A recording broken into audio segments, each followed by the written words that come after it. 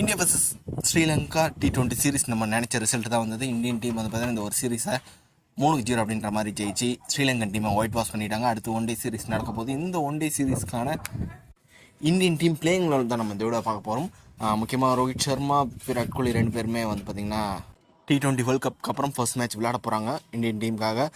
அதுக்கப்புறம் ஜஸ்பிரீத் பும்ரா, முகமது ஷமி, அதுக்கப்புறம் ஹார்திக் பாண்டியா இந்த ஒரு சீரீஸில் ரெஸ்ட் பண்ணப்பட்டிருக்காங்க. ரவீந்திர ஜடேஜாவும் ஃபர்ஸ்ட் ஒன் டே மேட்ச்க்கான இந்தியன் டீம் பிளேயிங்களோட நம்ம பார்த்துருவோம். இந்தியன் டீமை பொறுத்த வரைக்கும் ஓப்பனிங்கை பொறுத்த வரைக்கும் ரோஹித் சர்மாவும் சுப்மன் கிலும் ஓப்பன் பண்ணுவாங்க. Virat Kohli 1 down, Shreyas Iyer number 4, number 5 KL ராகுல், ரிஷப் பண்டா அப்படின்ற ஒரு காம்படிஷன் இருக்குது. 2 பேருமே விக்கெட் கீப்பர் பேட்ஸ்மேன்.